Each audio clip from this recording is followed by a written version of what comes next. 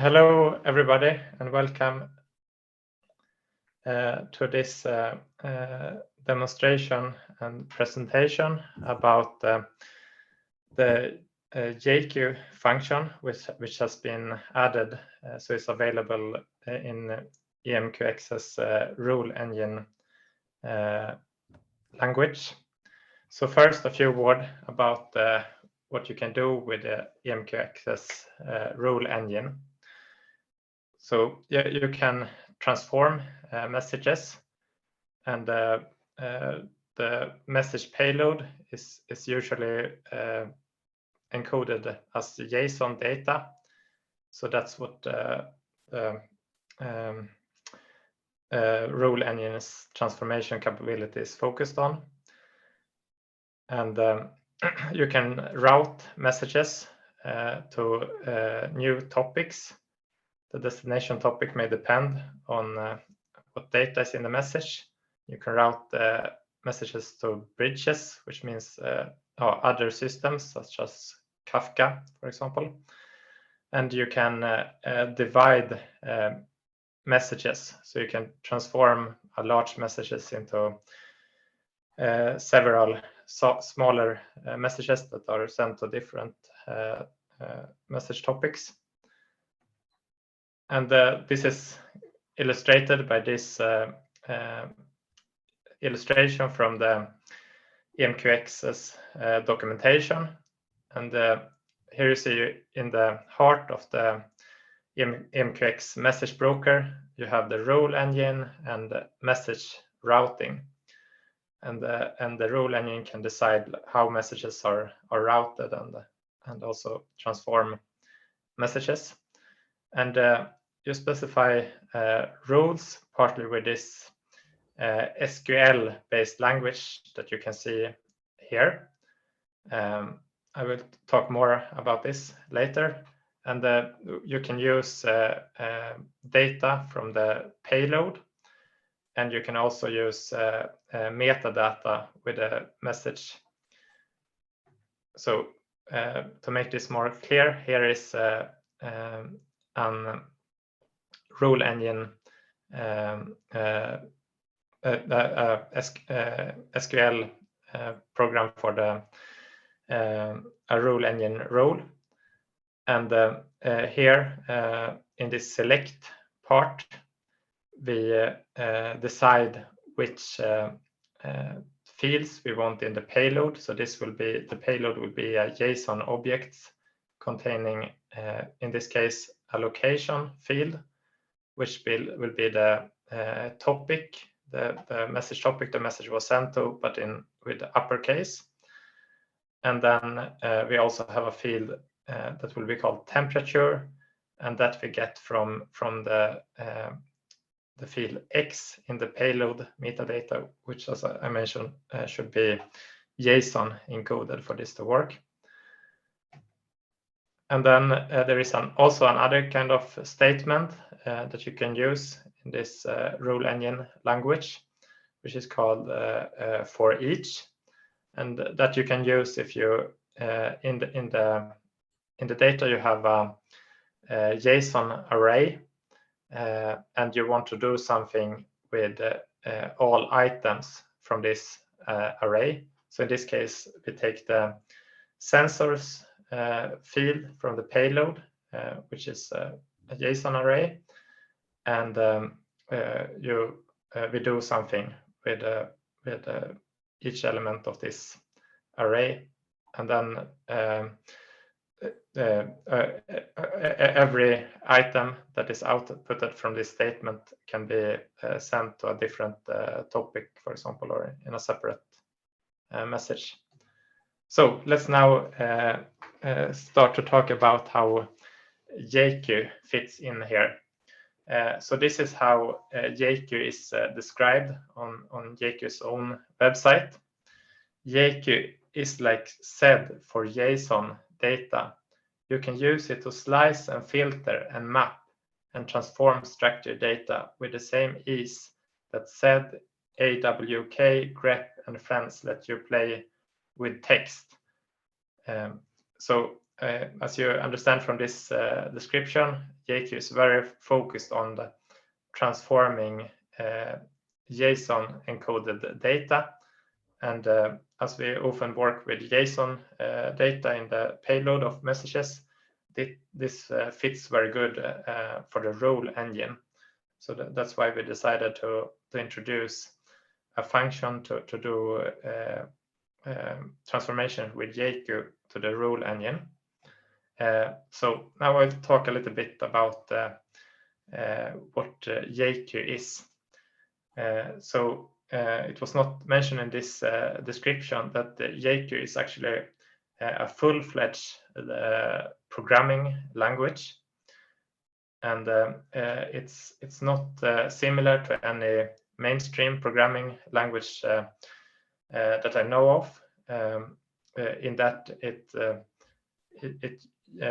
uses the concepts of filters and generators, and all JQ expressions is a filter or generator. And what this means is that the JQ expressions given a single object, which corresponds to a JSON object, it outputs 0 or more JSON objects. So it can either generate more objects or actually just discard the input object fully. And you will understand what this means soon with some examples. So this is extremely simple JQ program that you see here, 42.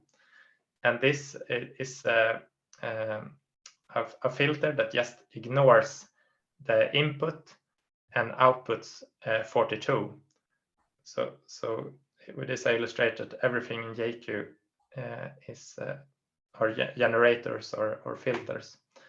And this is also a JQ program with empty, the empty built-in, and it will takes an input and just ignores it, and then it outputs nothing. So yeah, this can be used when you're filtering things. And one quick question: what's empty in JSON literal? Is it like 2 curly? No, so empty means no output at all. Okay. Right.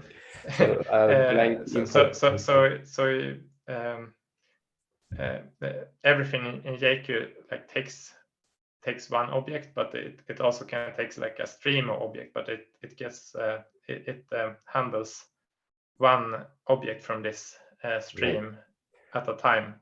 Okay, so empty here is actually the topic of this slides, but not the input. It is the input. Very good question. So empty is like a JQ program, and what it does is, for example, if you give it the value 42, it will output nothing. Is that clear? So you can see the output is like a stream of object, and then it will output a stream with no elements in it.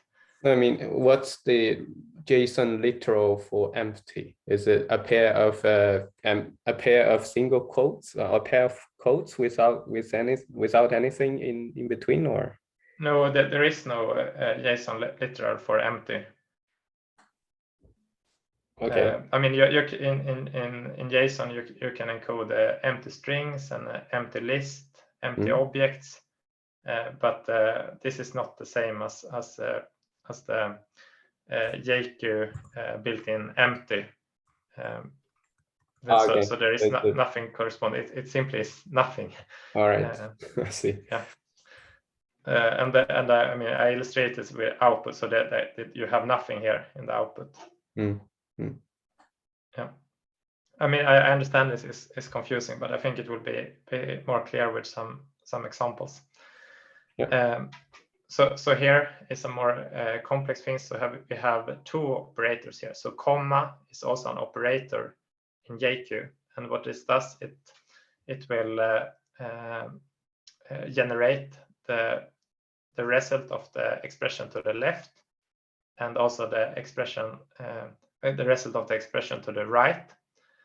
And but when you have this kind of JQ expressions, all sub-expression will get the same input, and the input can always be accessed with this as a period.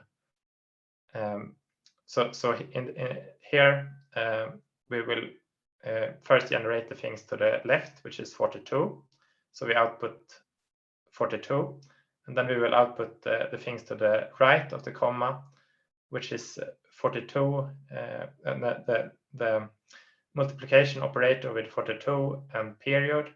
And if you have input 2, then a period will be 2, so it will be 42 times 2, which is 84. And now I introduce the pipe operator, which you will see a lot in JQ programs. It's encoded in the same way as Unix, the pipe operator in Unix shells. And what this does is that everything that is generated by the expression to the left of the pipe will be piped one by one to the expression to the right. So I wonder if someone wants to have a guess what they think this will output. So I'll wait a few seconds so you can think. Otherwise, I will tell you the Yes, the first one is perhaps 12. Yeah, that's a very, very good guess. So very good. And the output's more than one line, right? Like the dot, each dot should on the left side of the. It's just. So now I showed you the output. The output will be a single object, which is 12. So okay. I saw it was multiple lines. So I mean, so if you give it like 2 inputs instead, it will like output. It will essentially output one item per input you give it. So in this example, I just give it one input 2, but if you give it another 2, you will have 2 outputs, and both will be 12. So this is so the input is 2, so 2 times 2 is 4, and then you have 2 minus 2, which is 0, and all together will be 4, which is piped to this one, so 4 times 3 is 12. So the dot is actually the original input, but not the. Yeah. So in this first to the left of this pipe operation, dot will be the original input, which is 2. But then to the right, the dot will be what is piped from the left side of the pipe, which is 4. So here the dot will be 4. And so this illustrate so before we saw 42, 42, and then we got the 2 outputs, and maybe you don't want 2 outputs, maybe you want a single wrap all the outputs into a JSON array, and then you can put the square brackets around the expression inside, and then everything generated by the expression inside these square brackets will be put into a JSON array. So here you see you get 42 and 84 instead of 2 different 42 and 84 inside a JSON array instead of 2 different outputs. The JQ also have very powerful operators to access fields inside JSON objects. So here we have input a nested JSON structure, and inside this we have an array of temperatures from Sweden. And then we have this JQ program up here that can be used to get this array.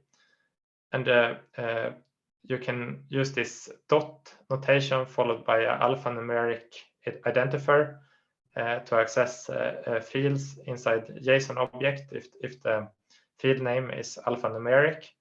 And otherwise, you can use this dict notation you see we use to access the a field called Sweden. As you see here. Is it equivalent if I say logs.sweden? Yes, in this case it is, because Sweden is alphanumeric, but if there will be a space, for example, in here, you will have to use this dict notation. Yeah, thank you for a very good question.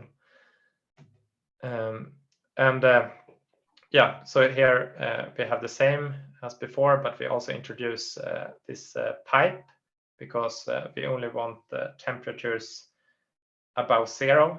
So we use this if expression. So if the input is greater than 0, then we simply output the input, and otherwise we output nothing. So here you see how this empty thing can be used. Thank you. This should make things more clear. And then you see, instead of getting everything from the array, we only get 3 and 5. And then again, if you instead wanted a single output, you can wrap everything in a JSON array by wrapping the expression with the square brackets you see here. So this is the same as in the previous slide, but now I've wrapped it, and then we only have a single output. And you can also use variables in JQ programs.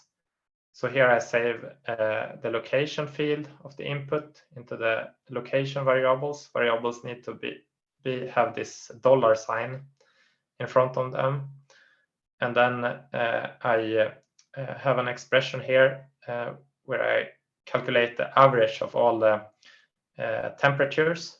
So this might look interesting, I think. So the temperatures is accessed as an array. And then, so this array will be input both to add and length. And add will create the sum of the array, and the length is the length of the array. So when you divide the two, you get the average. So I save that to a variable as well. And then I construct an output object with a location field. And here, it should be $sign in front of here, so this is a typo. And I also have an average field. So this is a special kind of short way to create a field for a variable, and the field identifier or key will be the name of the variable, and the value will be the value of the variable. And you can also create functions with names in JQ. So here I define a function called average that does the same computation as I explained before. And then I use this in this expression here that creates an object with an average field. So average here is, so the input will just be passed through this function definition. So average here will be given the input array and compute the average from it, and the length built in will compute the length, and add will give the sum. So we get average, length, and sum in this object. So yeah, if you give it this input 1, 2, 3, the length is 3, the sum is 6, and the average is 2.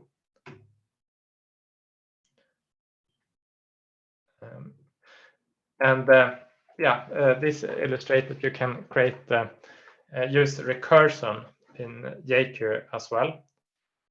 So to make complex programs and new functions. And this is a simple function that you give it a condition expression and an update expression. And then you also get the implicit input, and the function will apply the update expression repeatedly until the condition returns true. So here I have given it this condition and this update function. So this will repeatedly multiply the original input, which is 2 by 2 until it's greater than 42.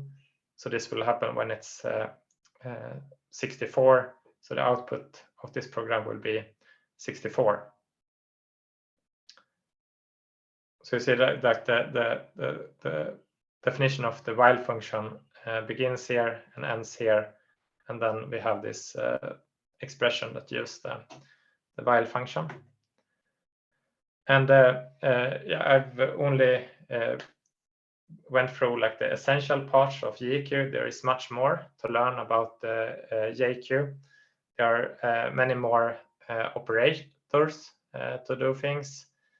You can use also using operators. You can do pattern matching to get things out from JSON objects. There are a lot of built-in functions for doing functional programming with functions like flatten, map, etc. And there is a function for regular expressions, time, and much more.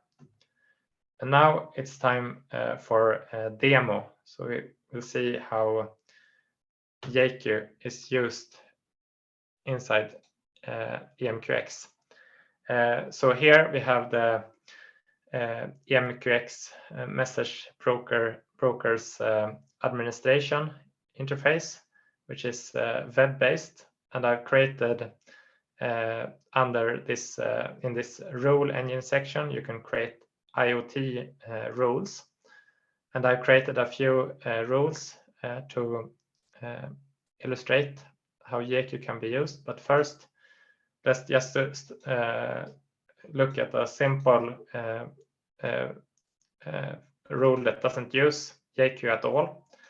So this select part, we select from the payload the data field from the JSON encoded object in the payload, and then we apply this upper function, which capitalizes the string which the data field contains, and then it stores that in a field called capitalized data, and then we also add an extra field called capitalizer with SQL. So we can execute this from the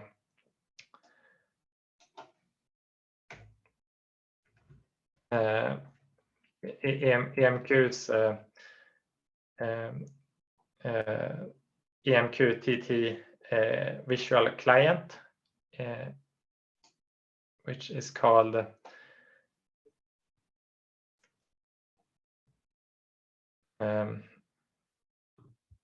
EMQTTX. EMQTTX, yes. So yeah, let's send this and see what we get. So we send this a message with the payload data and a hello world to this rule, to this topic that the rule is listening to, and then we get back to the output topic. But the capitalizer is JQ. Shouldn't it be SQL? Yes, because I send it to the JQ topic. Yes. To the JQ topic, so that we will see soon how that looks like. So now I send it to the SQL topic, and then we get back capitalized data, what we expect. And one interesting thing here is you see there is a small difference here. So when I send it to the JQ capitalizer, the string is outputted inside an array, and that's actually not what we want. So let's try to fix that. So here is a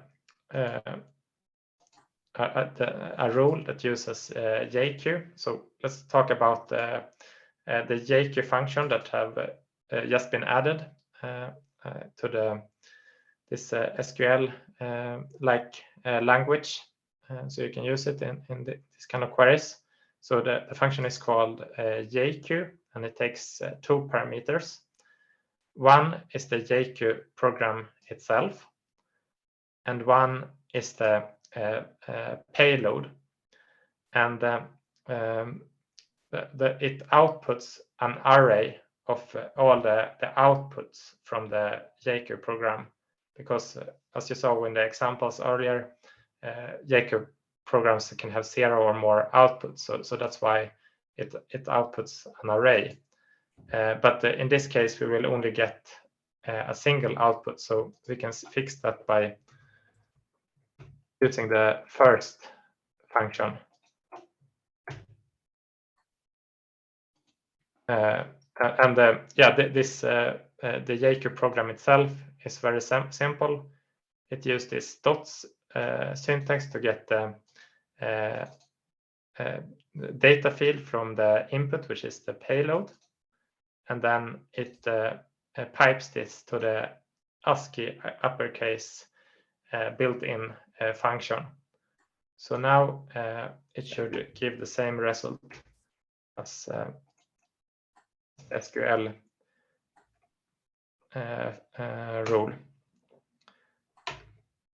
So let's try it. I guess I have to save it as well. Like that.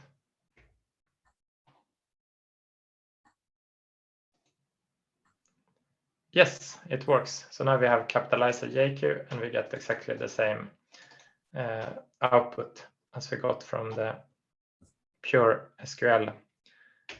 Great. Program. Is it possible for JQ to output one object, or is there equivalent first function in JQ? Now we're speaking about this JQ function that now exists, is available to call from this SQL-based language. Yeah. And this always outputs an array. Mm-hmm. And I think that makes sense, because otherwise you will have to, maybe potentially we could add another function called JQ1 or something like that, where we assume that we just get one output, and then we can just output that as a normal object. But at the moment that doesn't exist. Okay. Would there be an exception if the JQ output is empty, or an empty array, or empty, or nothing? There will not be. I mean, it depends where it is. If it's something that expects something that is not. In this case, I guess yes, because if you give the first function an empty array, it will probably throw an exception. I haven't tested this, but that's very likely. Yeah. I can also mention that JQ has exception handling as well. So you can handle like malformed data inside the JQ program if you want, by catching exceptions. So that may be something useful to know. Okay, but we saw this very simple example, but that doesn't seem very useful, because we can do exactly the same thing in maybe a simpler way without using JQ. So I have created this more interesting example that also uses JQ. And yeah, before looking at this, I think it makes sense to look at an example of the input data we expect to get to this one. So we have this here.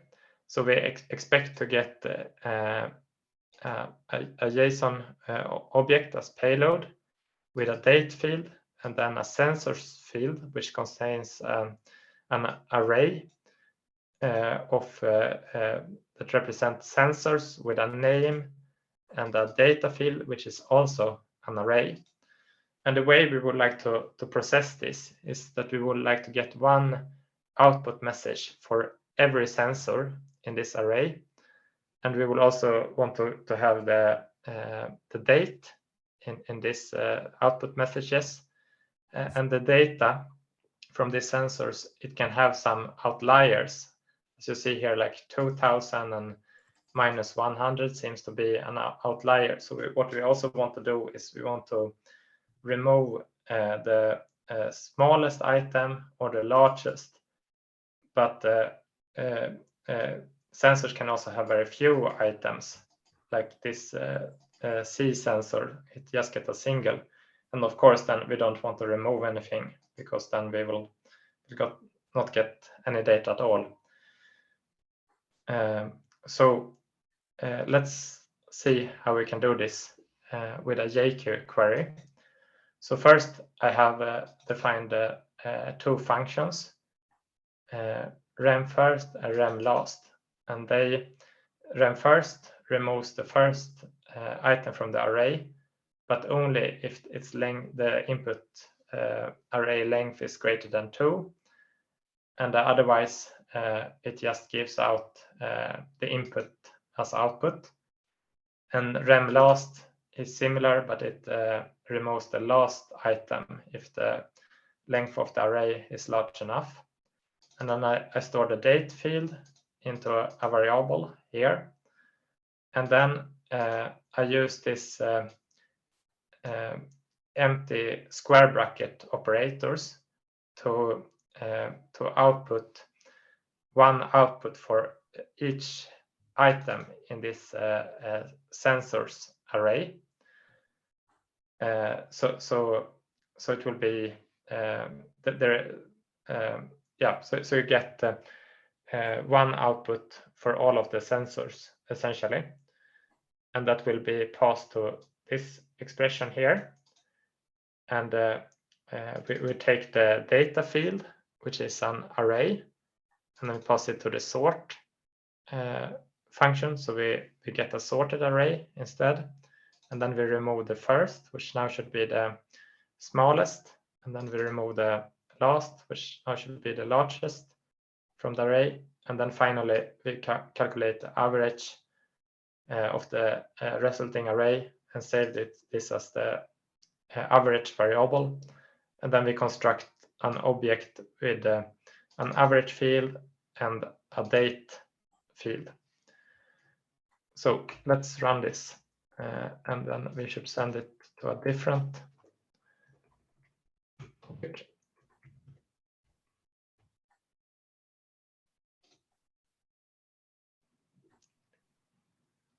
Okay.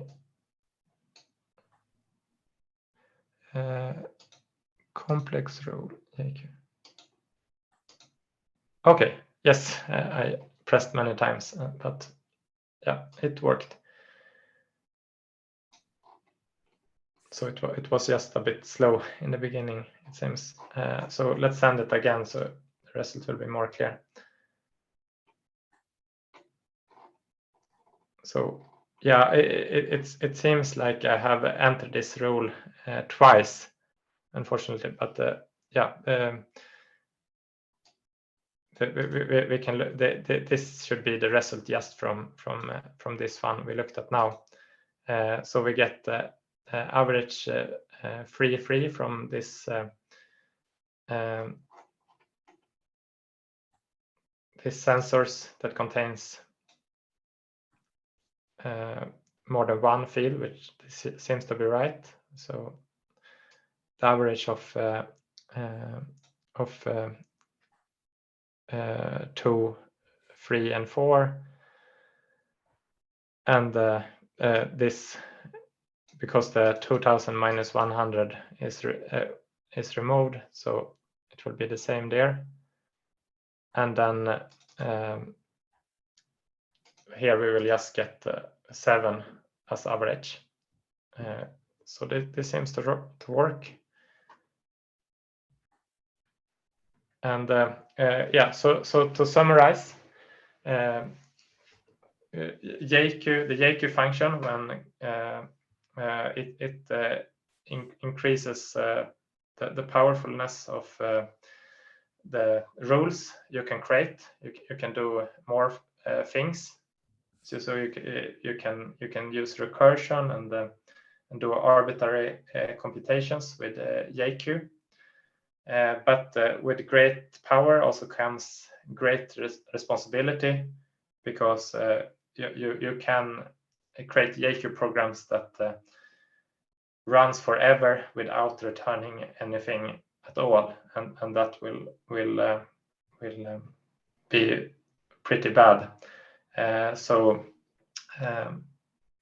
yeah, we can conclude that we have got great power, but we also need to be responsible and I think we might want to add a timeout for the JQ function, so that we can't end up with a rule that just sits and do nothing forever.